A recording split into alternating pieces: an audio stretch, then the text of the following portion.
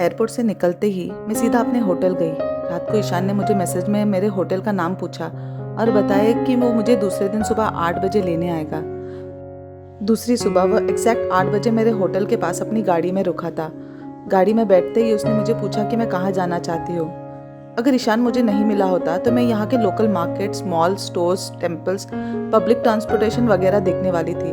मैं सिर्फ इस शहर का एक फील लेना चाहती थी कि मैं ये शादी के बाद यहाँ रहना पसंद करूँगी या नहीं। पर ईशान की वजह से मेरा प्लान चेंज हो गया था। मैं उसे बैंगलोर में अपने आने की असली वजह नहीं बताना चाहती थी। ऐसा नहीं था कि मैं उसे कोई धोखा देना चाहती थी, पर मैं फिर भी उसे सच बोल नहीं पा रही थी।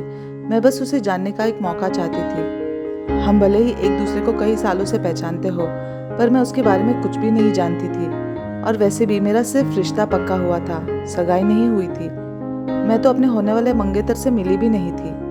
मैंने उसे कहा कि मेरा कोई खास प्लान नहीं है, बस यहाँ की टूरिस्ट प्लेसेस देखना चाहती हूँ। तो उसने कहा कि मैं उसे अपना टूर गाइड समझूं और वो मुझे यहाँ की सबसे पॉपुलर टूरिस्ट लोकेशन दिखाने ले चला। गाड़ी में मैं बिना कुछ कहे चुपचाप बैठना मुझे अजीब लग रहा था, तो मैं यहाँ वहाँ की बातें करे जा रही थी। ईशान सुन रहा था या नहीं मुझे नहीं पता। हम पहले वहाँ के प्लानिटोरियम में गए।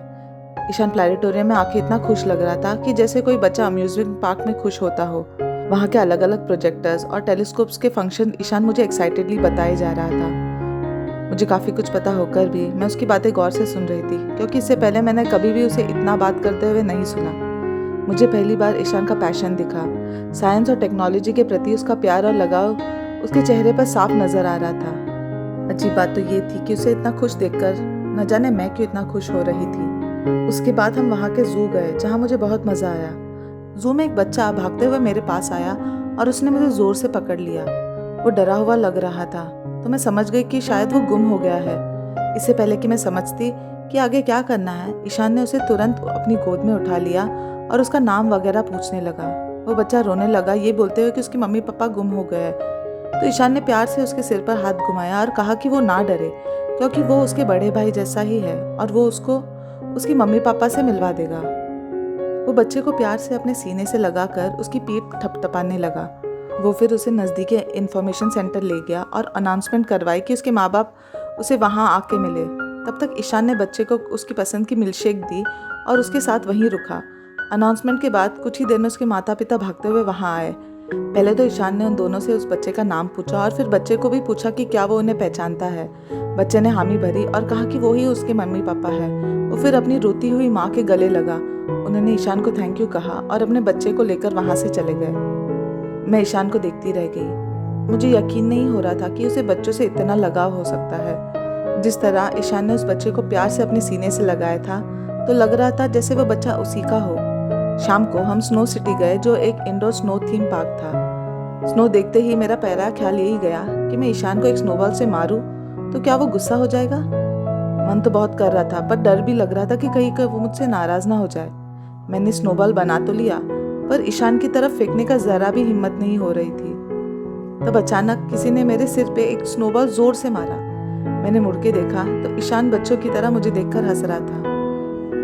वो फिर कहता है कि मेरे हाथों में जो स्नोबॉल है उसे मैं ईशान को ही मारती, इसीलिए मेरे मारने से पहले उसने मुझे मार दिया। ईशान को मैंने पहली बार हंसते हुए देखा। इससे पहले मुझे लगा था कि उसे हंसना आता ही नहीं।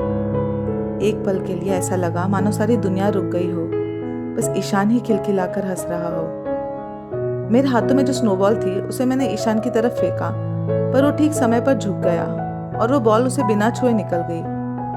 ईशान अब और भी जोर से हंसने लगा और इस बार उसका बॉल सीधा मेरे दिल को छू गया। दूसरे दिन हम पहले बोटानिकल गार्डन गए, फिर मैसूर पैलेस। इस बार हमने गाइड लिया था जो मैं पैलेस के बारे में बता रहा था। उसके बाद हम इस्कॉन टेम्पल गए, जहाँ जाते ही एक अलग सी शांति महसूस हुई। कृष्ण भगवान की मूर्ति के सामने मैंने हाथ जोड़े और अपने दिल की बात बताई, जो मैंने पहले खुद से भी नहीं की थी। मेरी वापसी की फ्लाइट दूसरे दिन दोपहर की थी। ईशान ने मुझसे कहा कि वो एयरपोर्ट के पास ही रहता है और सुबह मैं चाहूँ तो उसका घर देख सकती है और उसके बाद वो मुझे एयरपोर्ट ड्रॉप कर देगा। मुझे लगा था कि अब ईशान बड़ा आदमी बन गया है, इतनी बड़ी गाड़ी में घूमता है तो उसका घर भी आलीशान ही होगा। पर मैं गलत थी। उसका घर बैंगलोर की सबसे पॉश लोकेलिटी में था। वो 3 BHK में रहता था, पर उसका घर अभी भी कॉलेज वाले दिनों के सामान से ही भरा था। उसके लिविंग रूम में बस एक सोफ़ा और एक बड़ा सा टीवी जिससे प्ले स्टेशन अटैच था।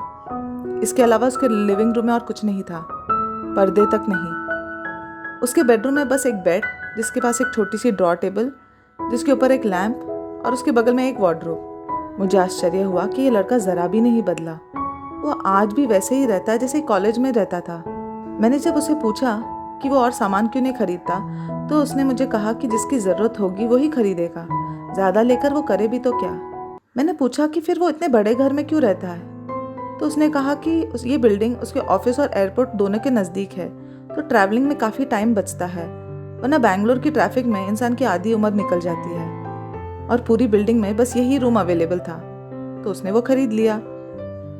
मैं मन ही मन मुस्कुराने लगी, ये सोचकर कि ईशान तब भी अजीब था और आज भी अजीब है। वो मुझे एयरपोर्ट छोड़ने आया। मैंने एक आखिरी बार मुझे बैंगलोर घुमाने के लिए उससे थैंक यू कहा तो उसने मुझे याद दिलाया कि मैंने उसे फिजिक्स में हेल्प की और उसमें मुझे बैंगलोर घुमाने में, तो हमारा हिसाब अब बराबर हो गया। मैंने बड़ी भारी मन से उसे एयरपोर्ट से बाय बोला और चली गई। पूरी फ्लाइट में पिछले 3 दिन की सारी बातें मेरे मन में चलने लगी और मुझे अपने बारे में कुछ ज्ञात हुआ जो शायद मेरे मन में दबी हुई थी पर मैं उसे बाहर नहीं निकाल पा रही थी। घर पहुंचते ही मैंने अपने घर वालों से वो बात कही जो मैंने अब इस्कॉन टेम्पल में कृष्ण भगवान के सामने कही थी। मैंने अपने घर वालों से कहा कि मैं अब उस इंजीनियर जिसे मैं जानती तक नहीं उसे शादी नहीं करना चाहती और मैं किसी और से प्यार करती हूँ।